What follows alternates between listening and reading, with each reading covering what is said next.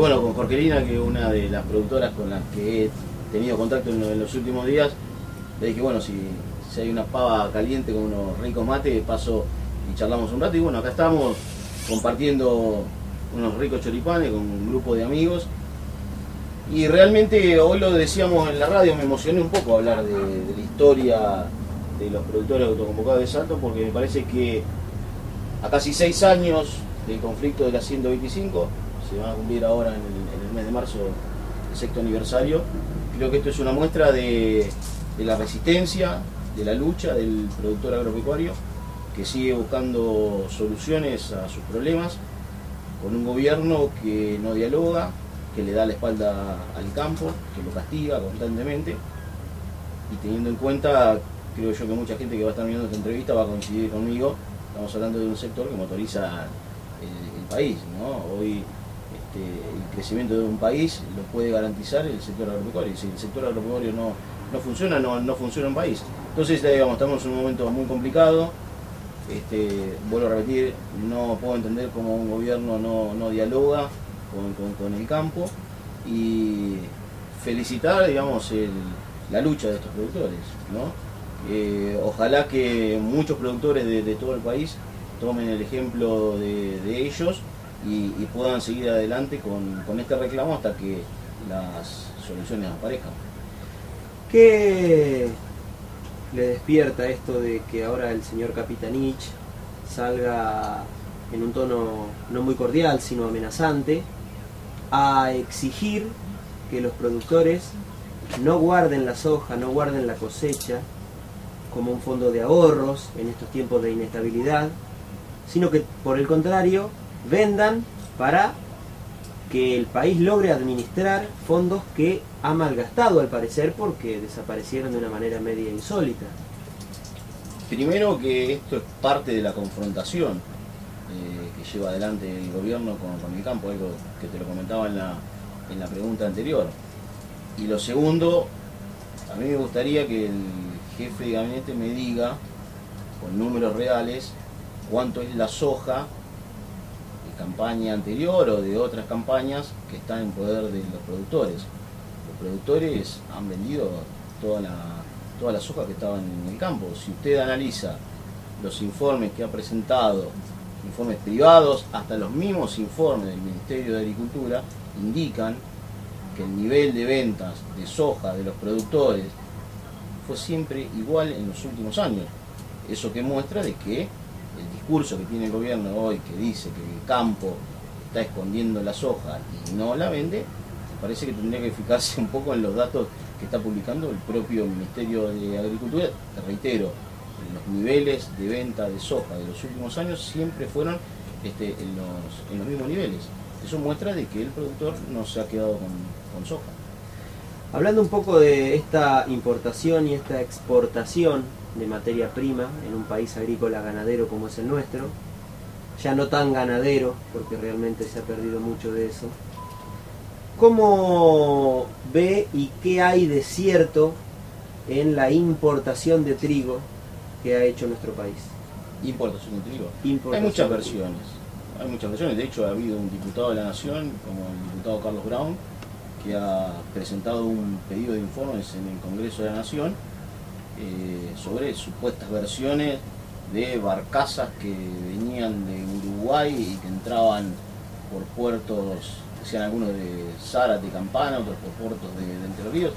Nada se ha podido comprobar. Acá, lo que la gente tiene que saber es que Argentina ha dejado de producir trigo. Y esto no es por decisión de los productores, sino es porque un gobierno le ha dado la espalda a los productores de trigo.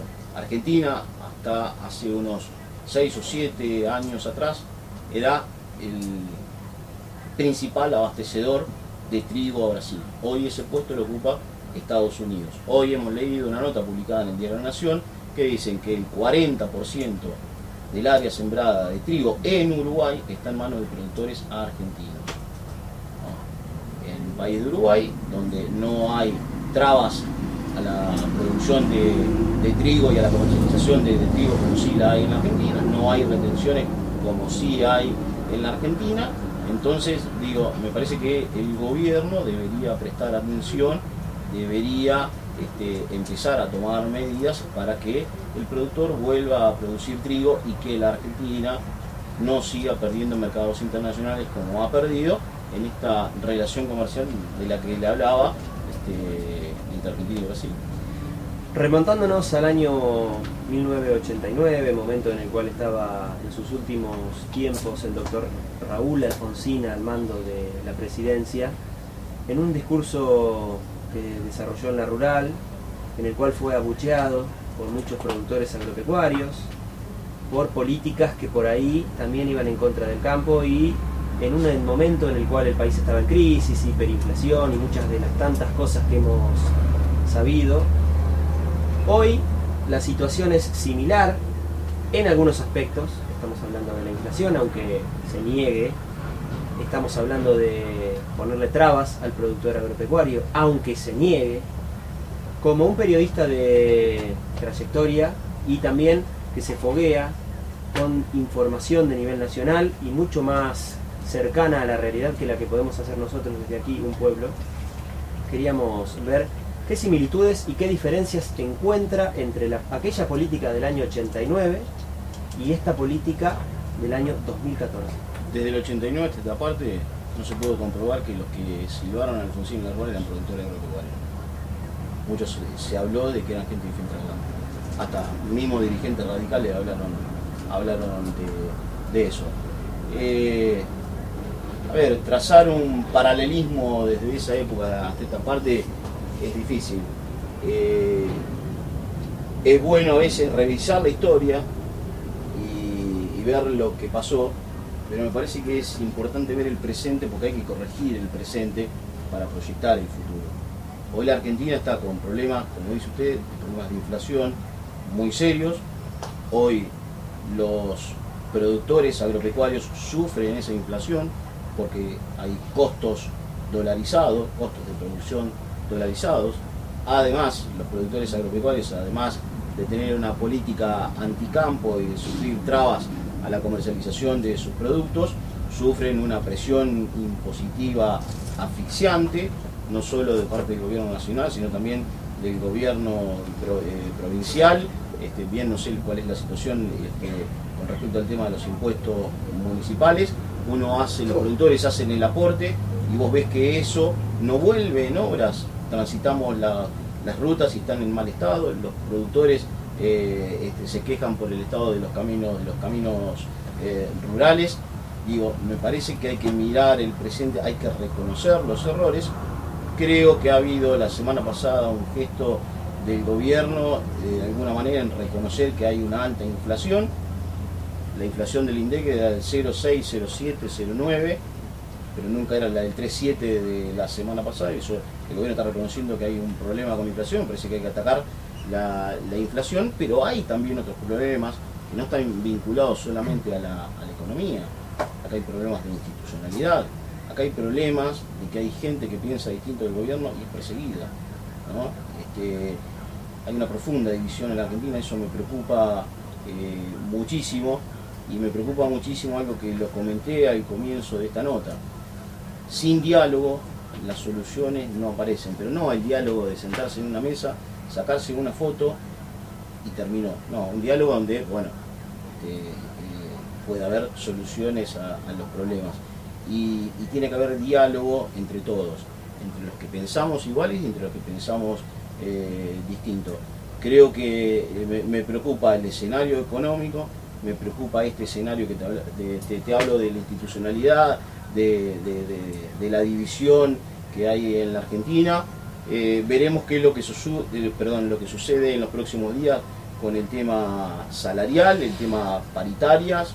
Hay que ver qué sucede con los gremios docentes, qué sucede con otros gremios, y vemos a ver, bueno, cómo el gobierno afronta esa situación. El momento que vive la Argentina es complejo y el deseo de uno es que podamos estar entre todos unidos y entre todos saquemos este país adelante. Tenemos un país maravilloso, maravilloso.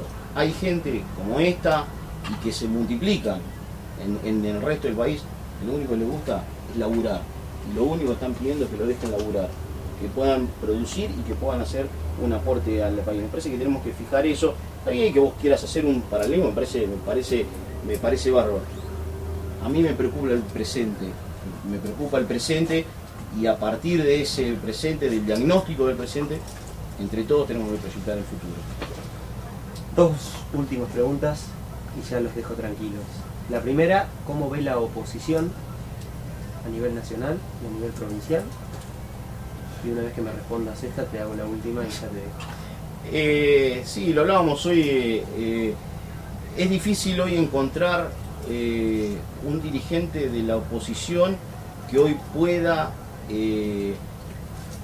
pelear palmo a palmo una elección a un representante del kirchnerismo. ¿Por qué digo? Por ahí tendrán buenas intenciones, pero por ejemplo considero de que todavía Mauricio Macri no tiene un armado a nivel nacional que le permita ir en la búsqueda de la presidencia. Es un incógnito saber qué va a hacer Sergio Massa, si se va a lanzar en la provincia de Buenos Aires, si se va a dedicar a cumplir sus 4 años de mandato como diputado o va a ser el candidato a presidente. Bueno, Scioli ya está trabajando, se está presentando como si fuera candidato a presidente. La incógnita es saber qué va a hacer Julián Domínguez. He visto muchos carteles por la Ruta Nacional número 7 que hablan de Domínguez 2015, no sé si va a ser candidato a gobernador o va a querer ser candidato a presidente. Randazzo manifestó ser candidato a presidente. Urribarri, el gobernador de Entre Ríos, lanzó su candidatura a presidente la semana pasada en Entre Ríos. Y la oposición, bueno, el único que hasta el momento ha manifestado sus deseos es Mauricio Macri. Hay que ver si Cobos, Sanz o Wiener, en un acuerdo entre el Frente Progresista y la Unión Cívica Radical, aparece un candidato entre esos tres, o ya una interna.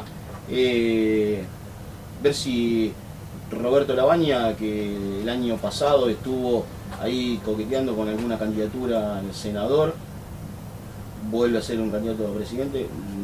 Yo lo descarto, pero bueno, es una posibilidad, porque es una persona que hoy, más allá de que no está ocupando un cargo, se preocupa mucho por lo que está sucediendo con la política y con la economía. Pero digo, hoy yo no observo un candidato fuerte de la oposición que pueda ir a pelearle una elección al kirchnerismo. Igualmente falta mucho tiempo, falta un año y un poco más de mandato de la presidenta de la Nación, ojalá que pueda cumplir su mandato de la mejor manera posible, pero es muy prematuro ya empezar a hablar de candidaturas. Lo único que hago, te contesto la pregunta sobre las caras que estamos observando todos los días, o los nombres que aparecen publicados en los diarios, o el trabajo que realizan los dirigentes políticos durante el fin de semana recorriendo diversos puntos del país, presentándose como una alternativa para el año 2015. A nivel provincial, bueno, plantear el tema de masas, si va a jugar en Nación o provincia. María Eugenia Vidal ha manifestado sus intenciones de ser la candidata del PRO. Hay también movimientos en el radicalismo. Margarita Stolbizer también es una carta fuerte del Frente Amplio Progresista en la provincia de Buenos Aires. Esos son los nombres que hoy están posicionados, y habrá que ver, bueno, cuáles son sus propuestas, cómo se van a ir dando las alianzas, qué sucede en las elecciones primarias, que van a ir obviamente definiendo los candidatos para el 2015. La última, ¿cómo estuvo la comida? Comida muy de bien. nuestra región. Bien. Acá mira, digo, quizás lo importante no es la comida. Lo importante es el diálogo, es el volver a tomar contacto con muchos de ellos. Yo desde el año 2007 estoy vinculado al mundo agropecuario. En su momento trabajé como periodista y productor del noticiero de Canal Rural. Hace 3 años estoy en Mitre del Campo, los domingos en el programa que conduce Carlos Lencina. Desde marzo del año pasado estoy a cargo de todos los micros agropecuarios. Bueno, vos lo mencionabas con Jorge Lanata, pero también estoy con Marcelo Longobardi, con María Isabel Sánchez y ahora con Alfredo Leuco. Y con muchos de ellos me los he cruzado, o en algún piquete en la ruta, o en alguna asamblea al costado de la ruta, o en alguna protesta en el Congreso. Hablábamos de lo inolvidable que fue Rosario, de lo inolvidable que fue el Monumento de los Españoles, con ese apoyo multitudinario de la gente de la ciudad al sector agropecuario, esa postal de la avenida Libertador, que eso es inolvidable, eso es inolvidable. Y creo que eso tenemos que volver a recuperar, porque el año pasado mucha gente en la ciudad me decía: Melo, gracias a lo que usted hace con la Nata, o lo que hace con Ocobardi, o lo que hace en Radio Mitre, yo me volví a interiorizar de lo que pasa en el campo, ¿no? Y yo creo que los productores, los que están en el interior productivo, tenemos que una vez más llegar a la ciudad, ¿no? Que la gente sepa lo que está pasando en el campo, recuperar un poco esa buena onda que había entre la ciudad y el sector agropecuario, y ojalá que se pueda volver a conseguir.